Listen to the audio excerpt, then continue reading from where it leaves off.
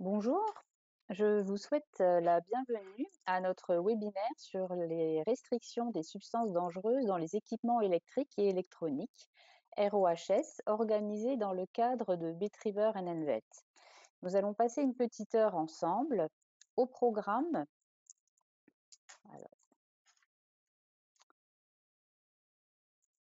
après une petite introduction de ma part, ma collègue Lorraine Chauchois, ingénieure senior au LIST, vous présentera les activités du helpdesk REACH et CLP. Puis Kim Engels et N.J. Weber de l'administration de l'environnement exposeront le contexte réglementaire de ROHS et la surveillance du marché. Ensuite, vous aurez la possibilité de poser vos questions lors de la session de questions-réponses après les interventions. Avant de donner la parole à nos intervenants, je souhaite vous en dire un peu plus sur Betriber Envet. Betriber Envet, qui signifie entreprise et environnement, est une initiative du Luxembourg Institute of Science and Technology en partenariat avec le ministère de l'Environnement, du Climat et de la Biodiversité et l'administration de l'environnement. C'est une plateforme d'information réglementaire et environnementale pour les entreprises luxembourgeoises. Son objectif, c'est de sensibiliser et d'informer proactivement les entreprises sur des thématiques réglementaires ou environnementales afin d'améliorer leur conformité vis-à-vis des exigences réglementaires et de faire des différentes politiques et exigences environnementales une opportunité d'innovation. Pour cela, des activités gratuites sont proposées aux entreprises en collaboration avec des partenaires, qui peuvent être des administrations, des fédérations et des chambres professionnelles, ainsi que des institutions. Les activités proposées sont disponibles sur le site internet betriber.nvel.lu. Vous pouvez voir ici un aperçu du site internet avec des sections dédiées aux thématiques suivantes: Komodo, les meilleures techniques disponibles, management environnemental, la déconstruction et la circularité des ressources et les substances chimiques.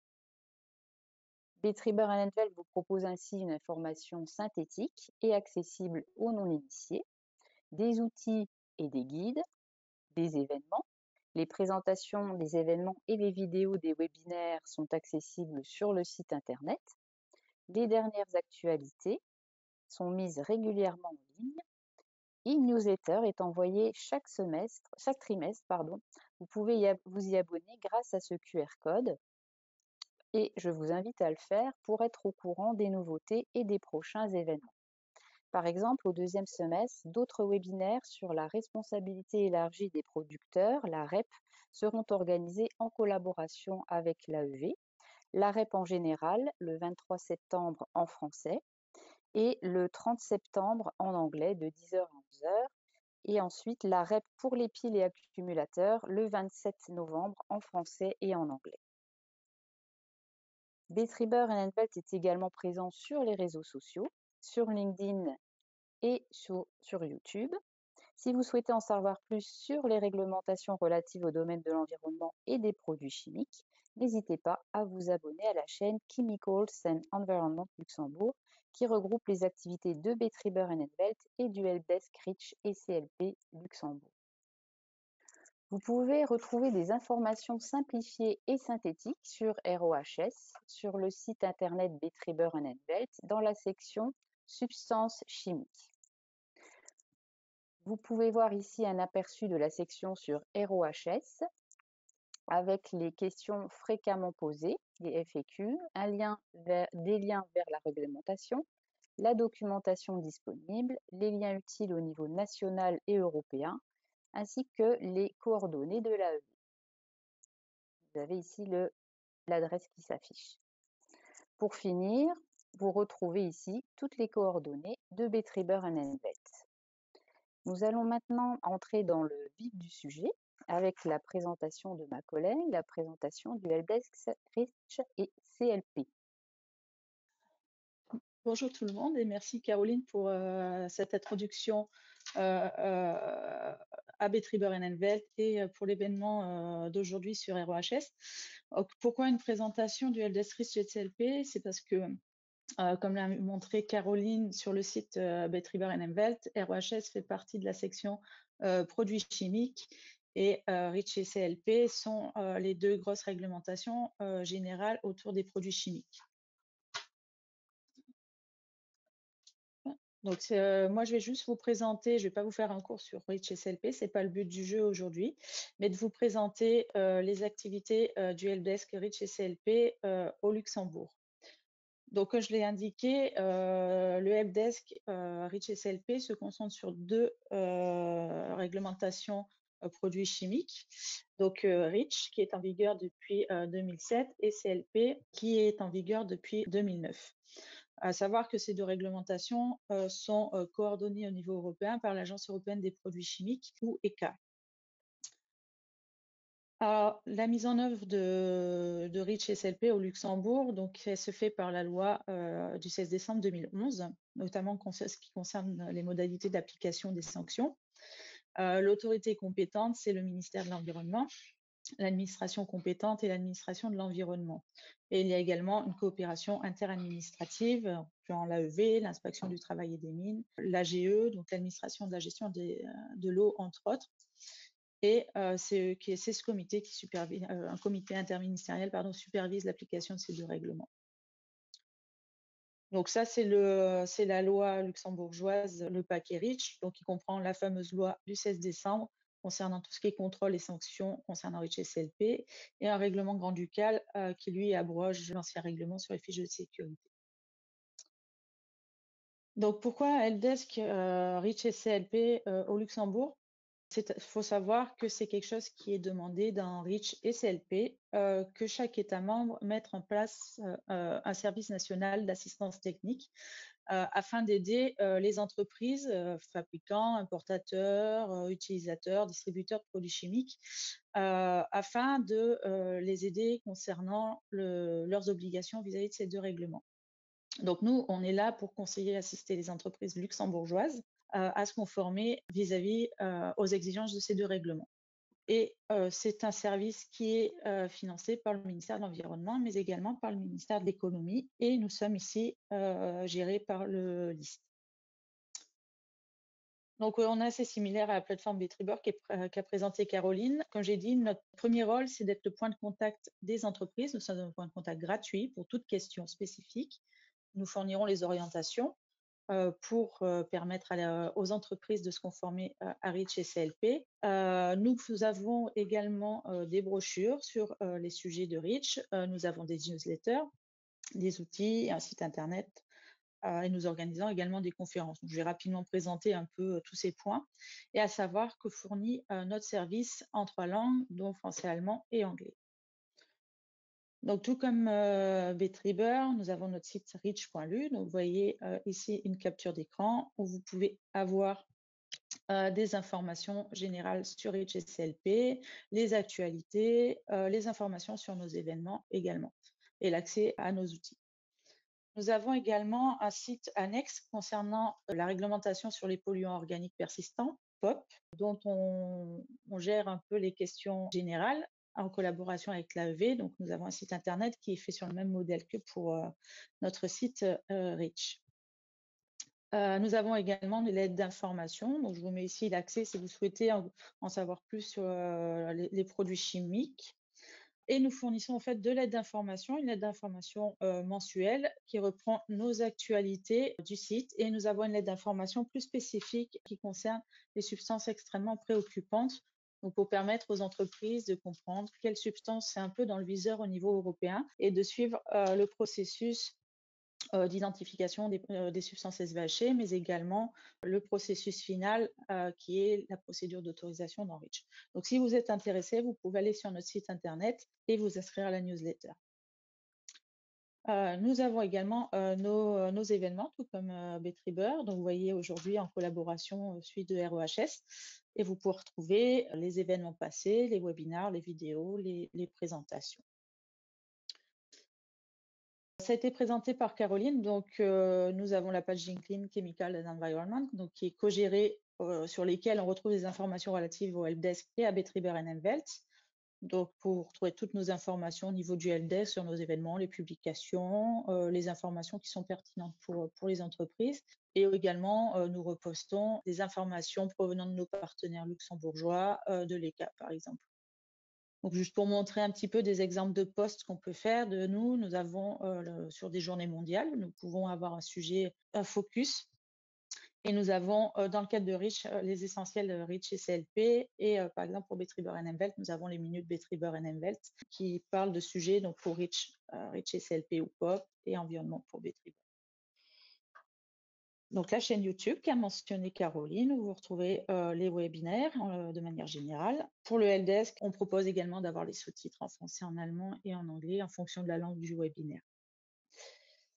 Et enfin, nous avons l'année dernière relancé notre outil que nous avions, le Rich Excel Tool, que nous avons mis à jour, qui s'appelle désormais Enrich Tool, qui est passé d'un fichier Excel à un outil en ligne et qui est en fait un inventaire simplifié des produits chimiques. Donc, les entreprises peuvent faire l'inventaire des produits qu'ils ont dans leur entreprise. Et l'idée derrière, avec cet inventaire, c'est de vous permettre, en tant qu'entreprise, d'identifier les potentielles obligations que vous pouvez avoir dans le cadre de Rich CLP de manière générale. Donc, ça donne un premier aperçu. Et c'est un outil qui est donc disponible en ligne et qui est également disponible en français, en allemand et en anglais. Donc voilà, l'accès est ici pour l'outil. Si c'est quelque chose qui peut être utile à votre entreprise via notre site, où vous avez directement l'adresse de l'outil. Et nous avons également, dans le cadre du helpdesk, des collaborations avec les acteurs nationaux. Donc pour beaucoup, c'est les mêmes qu'avec Betriber Envelt, le ministère, l'administration, les chambres professionnelles nationales, mais nous faisons également partie de réseaux et de comités européens. Donc en tant que helpdesk, nous avons ce qu'on appelle le HelpNet, qui réunit l'ensemble des helpdesks nationaux. Et nous sommes membres notamment des comités d'évaluation de l'ECA, le RAC et le CEAC. Donc voilà, c'était une petite présentation des activités du helpdesk et les coordonnées, les différentes coordonnées concernant le helpdesk, nos sites internet, nos adresses email si vous avez des questions. Donc on reste joignable pour toute question sur HSL. Je vous remercie de votre attention et je vais laisser la suite. Merci Lorraine pour cette présentation. Je vais maintenant donner la parole à l'administration de l'environnement. Je vais donner la main à Kim. Merci Lorraine pour l'introduction. Mon nom c'est Kim Engels. Je travaille pour l'unité substances chimiques et produits au sein de l'administration de l'environnement. Et je vais vous parler du contexte réglementaire et ma collègue Gilles va vous parler un peu de la surveillance du marché qu'on fait au sein de l'administration de l'environnement. Rentrons directement dans la directive RoHS. RoHS est en fait l'abréviation de l'anglais de Restriction of Hazardous Substances. Et comme déjà dit, c'est une directive, donc une directive européenne qui vise à limiter l'utilisation de certaines substances dangereuses dans les équipements électriques et électroniques. Le but de cette législation est en fait de protéger la santé humaine et l'environnement en réduisant les substances toxiques dans les produits et ainsi aussi dans les déchets électroniques.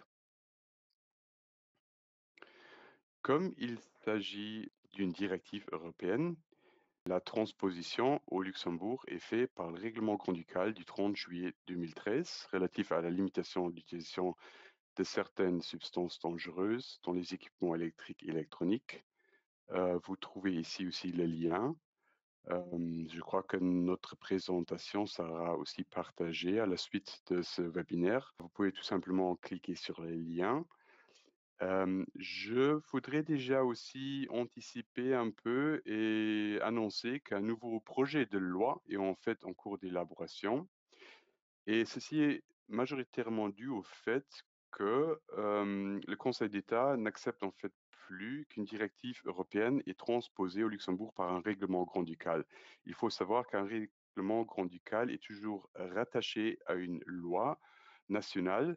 Donc, pour l'instant, le règlement conducal qui transpose la directive ROS est toujours rattaché à la loi déchets. Ceci doit être changé, donc un nouveau avant-projet de loi ROS a déjà été élaboré de notre part, mais en fait, je peux pas trop aller dans les détails parce que, comme dit déjà, c'est un avant-projet de loi, donc toutes les instances doivent encore se prononcer dessus, notamment le gouvernement. Mais je peux déjà vous dire que rien changera au fond parce qu'il s'agit d'une directive européenne, donc le texte intégral de la directive sera aussi repris dans la nouvelle loi ROS. Les choses principales qui vont changer, c'est en fait tout ce qui concerne la surveillance du marché. En fait, jusqu'à présent, dans le règlement conducal, ce n'était pas vraiment détaillé ou décrit dans des détails qu'est-ce que sont les possibilités de contrôle pour l'administration, ce qui va être fait plus au détail et ça va aussi être mis sur un niveau et harmonisé avec la surveillance du marché qu'on effectue aussi pour les lois comme le paquet REACH, pour REACH, CLP, mais aussi pour les législations comme POP. Et une autre chose, c'était jusqu'à présent, il n'y avait que des sanctions pénales. Et bah, comme je ne peux pas vous garantir que ça sera comme ça, mais en fait, c'est planifié maintenant d'avoir plus de différentes mesures administratives et aussi des amendes administratives au lieu d'avoir que des sanctions pénales. Mais bon, comme déjà indiqué, c'est pas encore fixe et dès que la nouvelle loi sera dans la ligne droite finale, on va bien sûr communiquer sur tous les canaux qu'une nouvelle loi ROS entrera en vigueur au Luxembourg. Voici les substances chimiques qui sont restreintes sous ROS. Il y a d'un côté les métaux lourds comme le plomb, le mercure, le cadmium ou encore le chrome hexavalent, mais aussi les plastifiants comme les différents phtalates ou encore les retardateurs de flamme comme les polybromodiphénuls éthers ou encore les polybromobiphénuls qui sont interdites par la directive ROS. Pour toutes ces substances, la limite de concentration est la même, 0,1%, sauf pour le cadmium, où elle est plus basse, 10 fois plus basse, avec 0,01% en masse. Puis, la législation ROS demande que le marquage CE, donc le marquage par lequel le fabricant ou son mandataire indique que le produit est conforme aux exigences. Ensuite, tous les appareils électriques ou électroniques doivent aussi avoir dessus le nom et l'adresse du fabricant ou du mandataire et un numéro de tube ou de lot ou de série. Et on peut encore rajouter que cet étiquetage n'est pas requis par ROS, mais c'est en fait le marquage DEEE sur les déchets d'équipements électriques et électroniques, donc le symbole d'une poubelle sur roue barrée d'un croix qui doit aussi figurer sur tous les appareils électriques et électroniques. Et vous connaissez certainement ce symbole, et ce symbole veut simplement indiquer que les appareils électriques et électroniques ne doivent pas être jetés dans la poubelle noire, mais qu'ils doivent être collectés séparément, et ceci pour favoriser le recyclage de ces appareils qui contiennent des métaux précieux. Et s'ils sont mis dans la poubelle noire, ils contamineraient aussi les déchets ménagers.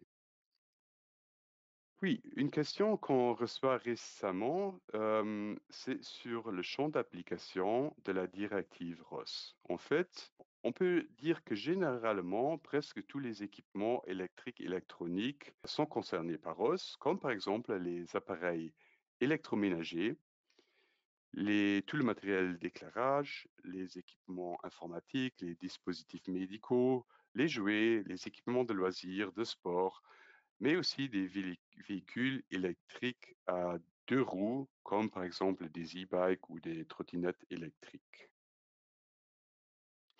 En fait, c'est plus facile de retenir les produits qui ne sont pas concernés par ROS, comme par exemple les équipements qui sont destinés à la défense ou à la sécurité de l'État, les équipements qui sont destinés à être envoyés dans l'espace, ou encore, et ça c'est un point où on reçoit aussi souvent des questions, les gros outils industriels fixes et les grosses installations fixes. Bah, ça c'est un gros terme et en fait on peut tous être d'accord que cette définition n'est pas très précise, mais il y a des gros outils industriels comme des robots industriels où le cas est assez clair qu'ils ne sont pas concernés par ROS parce qu'ils ne tombent pas dans un champ d'application de ROS. Mais par contre, il y a parfois des installations ou encore des équipements où le cas n'est pas très clair. Et dans ces cas de figure où il reste des doutes, le plus simple est toujours de nous contacter parce qu'il existe en fait sur le niveau du groupe ATCO, donc c'est le groupe de tous les États membres où s'échangent les autorités compétentes et ceux qui font la surveillance du marché. Et il existe en fait une liste qui n'est pas publique parce qu'elle n'est pas en fait dans la directive, mais il existe en fait une liste sur les Gray Area Products. Donc les États membres se sont mis d'accord sur le fait qu'un certain type de produit est in scope ou out of scope de ROS, donc si ça tombe dans le champ d'application de ROS ou pas. Donc le plus simple est parfois de nous contacter directement et on saura peut-être vous dire oui, ceci est concerné, ou oui, ou non, cela n'est pas concerné, ou s'il n'existe pas encore de cas de figure, nous, on va alors entrer la question dans ce groupe où les discussions vont peut-être alors clarifier si c'est concerné par ROS ou pas. Puis les autres produits qui ne sont pas concernés, les dispositifs médicaux implantables actifs, mais aussi les panneaux photovoltaïques, mais seulement ceux qui sont destinés à être utilisés dans un système conçu, monté et installé par des professionnels. Donc, ça veut dire que les panneaux photovoltaïques qui sont destinés à être installés par les particuliers sur leur propre balcon, par exemple, ceux-là, ils sont concernés par ROS et tombent dans son champ d'application. Puis, les moyens de transport de personnes ou de marchandises, donc par exemple une voiture électrique, ne rentrent pas dans le champ d'application de ROS.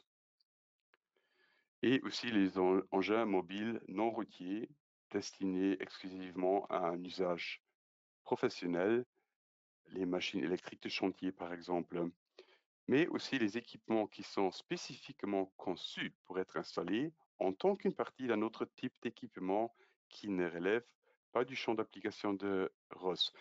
Un exemple, un composant électronique qui est spécifiquement fabriqué pour être installé seulement dans une voiture électrique et aussi exempté par ROS, tout simplement parce qu'il est spécifiquement conçu pour être installé en tant qu'une partie d'un autre type d'équipement qui n'est pas dans le champ d'application. Puis, les équipements spécifiquement conçus aux seules fins de recherche et de développement, des appareils spécifiques pour un laboratoire ne sont pas dans le champ d'application et les pièces de réchange pour des produits existant avant l'entrée en vigueur de ROS et les équipements de seconde main sont non plus dans le champ d'application de ROS. Ensuite, il existe aussi des exemptions spécifiques, mais il faut préciser que les exemptions spécifiques ne sont pas permanentes et ont tous des dates d'expiration. Ceci pour donner un certain temps de conversion, pour ainsi dire, ou un certain temps de recherche pour permettre à des nouveaux dispositifs qui fonctionnent sans ces substances d'être testés dans tous les domaines. Par exemple, il existe couramment des exemptions pour le plomb dans les soudures à haute température de fusion. Donc, les soudures doivent être composées de plus de 85% de plomb. Il existe des exemptions pour le mercure dans les appareils de mesure ou de contrôle. Il existe des exemptions pour le cadmium dont certaines LED de conversion de couleurs qui sont utilisées dans les systèmes d'affichage, ou encore pour le chrome hexavalent dans les composants de protection contre la corrosion dans certains types d'équipements. Pardon. Puis, il existe encore une exemption qui a été introduite récemment pour les phtalates dans certains dispositifs médicaux. Puis, ma collègue Lorraine a déjà un peu parlé de l'interaction entre les différentes législations comme RoHS, REACH et POP. Et je veux encore une fois préciser que les restrictions de ces trois législations, donc les restrictions chimiques de la législation RoHS, de la législation POP et de la législation REACH sont complémentaires. Ce qui veut dire, si une restriction existe dans les deux législations, par exemple les phtalates, une restriction existe dans REACH et aussi dans RoHS. Mais dans le cas de figure d'un appareil électronique, il y a une législation spécifique et celle-ci est alors applicable. Ce qui veut dire, dans les appareils électroniques, la restriction sur les phtalates est celle qui est dans la législation RoHS. Et de même, par exemple, pour les retardateurs de flamme, une restriction existe aussi dans le POP. Donc, dans ce cas de figure, la restriction spécifique dans RoHS est applicable dans les équipements électroniques. Mais par contre, les restrictions qui ne sont pas aussi dans RoHS et qui sont aussi applicables sur les équipements électroniques.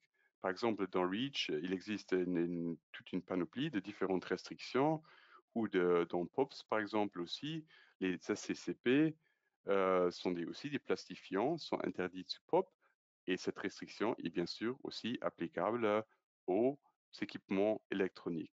Tout simplement, on peut se garder en mémoire la législation spécifique. Si elle existe en RoHS, elle est applicable. S'il n'y a pas de restriction spécifique dans RoHS, alors ceux des législations horizontales comme REACH et POP, alors ceux-là sont applicables. Récemment, il y avait des discussions au sein de la Commission européenne d'avoir une révision complète de RoHS et d'en faire aussi un règlement européen. Mais la Commission européenne a décidé que c'était maintenant pour l'instant pas prioritaire et que c'était possible de modifier les aspects les plus critiques dans RoHS pour l'instant par le biais d'une autre législation. Par exemple, la procédure d'identification de nouvelles restrictions et d'évaluation des exemptions sur RoHS sera maintenant attribuée à l'ECHA, donc à l'Agence européenne des produits chimiques. Et ceci dans le cadre du paquet One Substance, One Assessment. Donc, cette législation européenne changera aussi la façon de travailler, comment seront identifiées les nouvelles restrictions et les exemptions sur RoHS.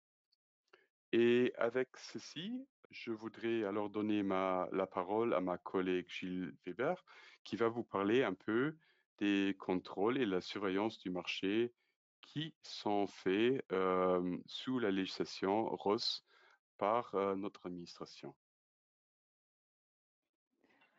Ok, bonjour alors tout le monde. Je m'appelle Gilles Weber, je suis chimiste de formation et je travaille comme Kim Engels auprès de l'administration de l'environnement, également dans l'unité de substances chimiques et produits. Et aujourd'hui, je vais vous présenter un petit peu le côté pratique de la législation RoHS, donc les contrôles qu'on fait nous au niveau national. Donc tout d'abord, il se pose la question pourquoi on fait les contrôles en fait de la législation RoHS. Donc, il y a un grand nombre d'articles d'équipements électriques et électroniques sur le marché luxembourgeois, et non seulement sur le marché luxembourgeois, également dans toute l'Union européenne ou même mondiale. Et en fait, toute la population est concernée, donc déjà des plus petits aux plus grands sont en contact avec des appareils électroniques. Et également, il y a la gamme de prix et de qualité qui est très vaste. Donc, on trouve des produits de vraiment très bon marché et normalement, la qualité est également pas très bonne. Mais comme dit, il y a également des produits très cher et dont la qualité normalement est meilleure, mais pas tout le temps. Et puis, il y a également une quantité importante d'importations hors de l'Union européenne. Ça va ensemble avec l'augmentation considérable de la vente en ligne. Donc, en fait, le comportement d'achat des consommateurs a changé considérablement au cours des dernières années. Et les gens vont moins, en fait, dans les magasins physiques pour acheter des produits. Et ils veulent acheter moins cher, plus vite, et ce sera en ligne. Mais alors, ils ont également en fait accès à des produits qui viennent de pays tiers et qui sont dans beaucoup de cas de qualité moindre. Et en fait, notre expérience et l'expérience des autres États membres montrent que le taux de conformité des équipements électroniques et électriques sont continuellement très bas. Voilà, donc je vous présente en premier un peu le déroulement d'un contrôle que nous faisons. Donc, en premier, c'est la sélection des produits à risque élevé de non-conformité. Donc là, on se base un petit peu sur notre expérience ou aussi sur les échanges avec les autres États membres ou alors d'autres sources d'informations qu'on a. On fait des achats en magasin physique ou en ligne. Et normalement, on prend 3 exemplaires. Donc, on prend un premier exemplaire pour nos analyses. Le deuxième exemplaire, c'est en fait pour faire notre contre-analyse s'il y a un problème ou si les premières analyses n'étaient pas bonnes. Et le troisième, c'est en fait pour donner la possibilité aux fournisseurs de faire une contre-analyse du même lot dans un laboratoire de leur choix. C'est en fait pour éviter d'avoir comme on dit, des golden samples, donc c'est des échantillons conformes qui seront alors envoyés au laboratoire. Et il y a encore un autre moyen où on aura des produits, c'est en fait en collaboration avec l'administration des douanes qui contrôle les importations. Donc, en collaboration avec eux, on va voir des colis en fait, et si on suppose une non-conformité, on va prendre 3 échantillons également et faire le même procédé en fait qui suit.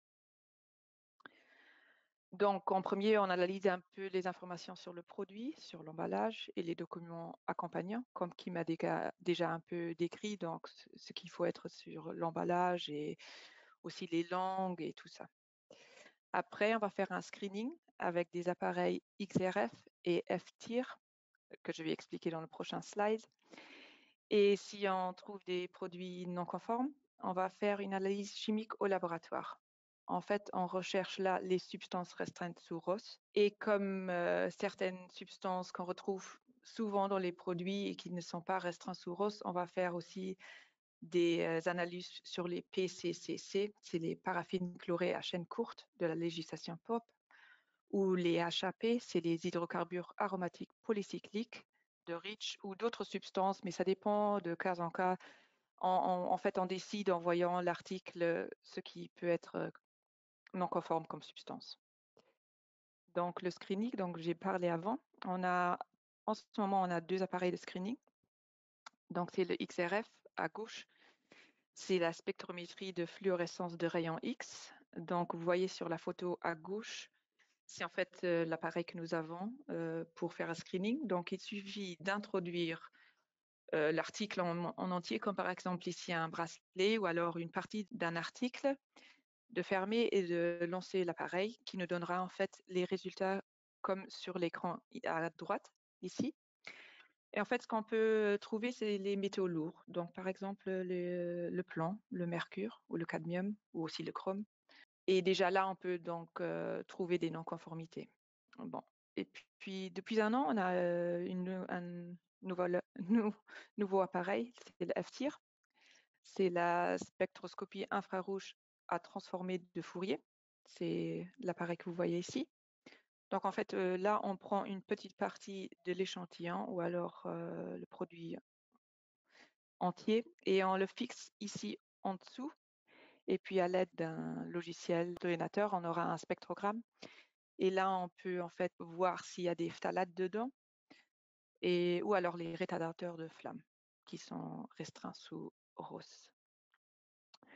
Donc le screening en fait nous permet de contrôler en fait beaucoup plus de produits puisqu'il suffit de, en fait, de regarder avec les deux machines ici et si on trouve en fait des non-conformités, c'est seulement à ce moment-là qu'on va les envoyer au laboratoire parce que les analyses au laboratoire sont très chères et c'est en fait disproportionné par rapport au prix des petits gadgets électroniques. Donc, on essaye de faire un screening le plus performant en fait avant d'envoyer au laboratoire. Et on peut aussi dire qu'on a ces deux appareils maintenant, mais on cherche toujours à perfectionner notre screening. Donc, on est en train aussi de voir si on peut ajouter à ceci encore un appareil Raman, par exemple, pour en fait trouver plus de non-conformité avant l'envoi au laboratoire. Oui, donc si on trouve des produits non conformes, ce qui a été confirmé par un laboratoire normalement, on va faire une interdiction de mise à disposition sur le marché. C'est une lettre en fait qui explique pourquoi le produit n'est pas conforme avec en annexe les analyses, le rapport en fait du laboratoire et en expliquant en fait les informations à nous fournir. Et cette lettre sera signée par le ministère et transmise en fait au magasin, au fournisseur ou au responsable en fait du produit. De même, on va faire une publication sur le site umwelt.lu. Vous trouverez le lien en bleu. Donc là, on peut retrouver en fait des produits où on a trouvé des non-conformités et qui ont été interdits au Luxembourg. D'autre part, on fait une notification dans le système ICSMS, c'est Information and Communication System on Market Surveillance. En fait, c'est une base de données d'échange d'informations pour les autorités de surveillance de l'Union européenne, des États membres en fait. Donc là, on va mettre toutes les informations sur les produits conformes et non conformes pour éviter que d'autres États membres en fait contrôlent les mêmes produits. D'autre part, une notification SafetyKit sera générée. C'est le système d'alerte rapide pour les produits non alimentaires dangereux qui est publié par la Commission européenne et qui est consultable sous le lien que vous voyez en bleu. Là également, on va mettre toutes les informations en fait un peu plus précises que sur le système ICSMS du produit non conforme. Ce système a une partie publique qui est consultable par le grand public et en fait qui contient toutes les informations non confidentielles. Ces notifications sont publiées, je pense, de manière journalière ou alors hebdomadaire. Et je pense aussi qu'on peut s'abonner à une liste hebdomadaire pour recevoir un email toutes les semaines des nouveaux notifications SafetyGate. C'est intéressant pour les magasins pour savoir s'ils vendent un produit non conforme et qu'ils peuvent le retirer de la vente en fait. Et d'autre part, il y a un côté confidentiel qui n'est pas accessible par le grand public, mais par les États membres. Et là, il y a beaucoup d'informations dedans, bon, entre autres sur la marque, sur toute la chaîne d'approvisionnement connue et aussi les rapports d'analyse et en fait aussi les listes de distribution. Donc, ce qu'on demande dans notre interdiction de mise à disposition, c'est que le fournisseur nous donne des informations de distribution en fait du produit dans tous les pays de l'Union européenne et également dans les magasins ou les plateformes avec le nombre en fait de produits distribués. De cette façon, on peut mettre cette liste dans le SafetyGate et on peut marquer les pays concernés et ces pays recevront alors une notification spécifique pour les informer en fait qu'un produit est dans leur pays qui est non conforme et qu'ils peuvent agir également faire une interdiction en fait de mise à disposition. Donc c'est très intéressant parce qu'un produit est contrôlé une fois et les interdictions peuvent être générées dans tous les pays concernés de l'Union européenne. Donc d'une part, nous on introduit des notifications dans SafetyGate et d'autre part, on contrôle aussi régulièrement les notifications pour savoir si un produit est en vente au Luxembourg qui n'est pas conforme et si jamais c'est le cas, on procédera de la même façon. Donc, en fait, on fera une interdiction et nous, on informera également les magasins pour leur dire de retirer en fait le produit. Là, je vais vous présenter encore trois petits exemples de notifications SafetyGate des dernières années que nous avons fait dans le cadre de la législation ROS. Donc, vous voyez ici le nombre, en fait, c'est le numéro de notification SafetyGate. Donc, c'est aussi le numéro que vous trouvez sur le site umval.lu pour les notifications de produits non conformes. Avec ce numéro, vous pouvez aller sur SafetyGate et faire une recherche. Donc, et vous trouverez en fait toutes les informations publiques sur ce produit sur SafetyGate. Donc ici, il s'agit d'une brosse à dents électrique qu'on avait achetée dans un magasin en ligne luxembourgeois qui s'est arrivé être un magasin dropshipping. Ça veut dire c'est la livraison directe. C'est une vente sur Internet dans laquelle le vendeur ne se charge que de la commercialisation et de la vente du produit. Donc dans ce cas, il avait juste un site en ligne. Il n'avait pas de stock, pas de magasin ni rien. Et c'est en fait le fournisseur du vendeur qui expédie la marchandise au consommateur final. Dans ce cas-ci, c'était encore un peu plus compliqué parce que le magasin en ligne luxembourgeois, quand un consommateur passait commande, lui, il commandait auprès d'un site en ligne espagnol qui, lui, était également dropshipping et qui commandait en Chine. Et après, le consommateur luxembourgeois recevait le produit directement de la Chine.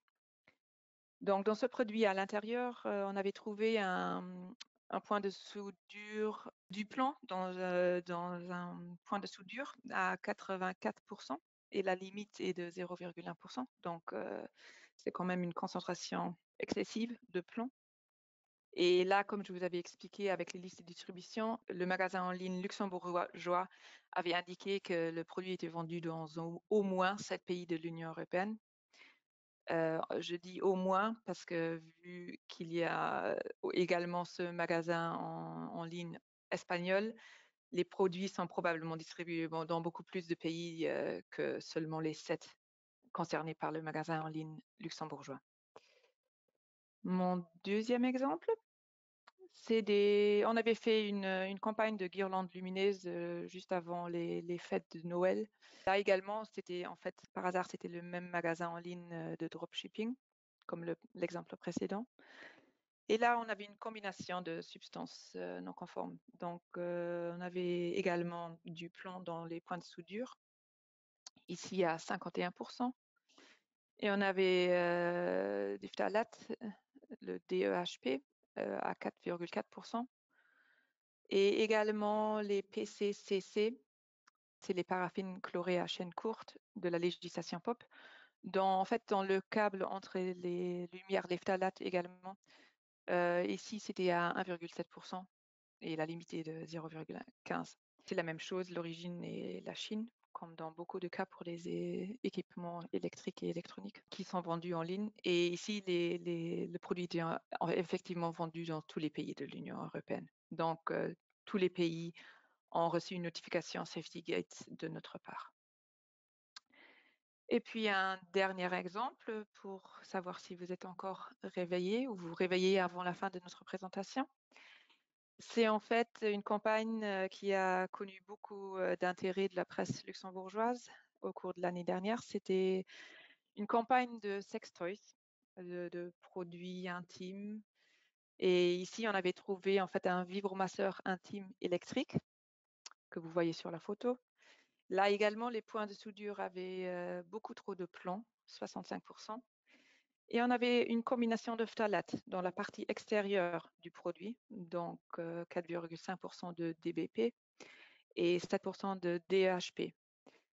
Ce qui est concernant dans ce produit parce que en fait, la partie extérieure sera en contact avec des muqueuses qui sont susceptibles d'absorber beaucoup plus les substances que la peau normale du corps. Ce produit a été acheté dans un magasin physique au Luxembourg. L'origine était également la Chine et il était vendu également en ligne. Donc, la distribution est très répandue en Union européenne. C'est pour ça qu'on a aussi, je crois, marqué tous les pays européens sur le système SafetyGate. Voilà, c'est la fin de notre présentation. Je vous remercie beaucoup de votre attention et n'hésitez pas à poser des questions. Merci.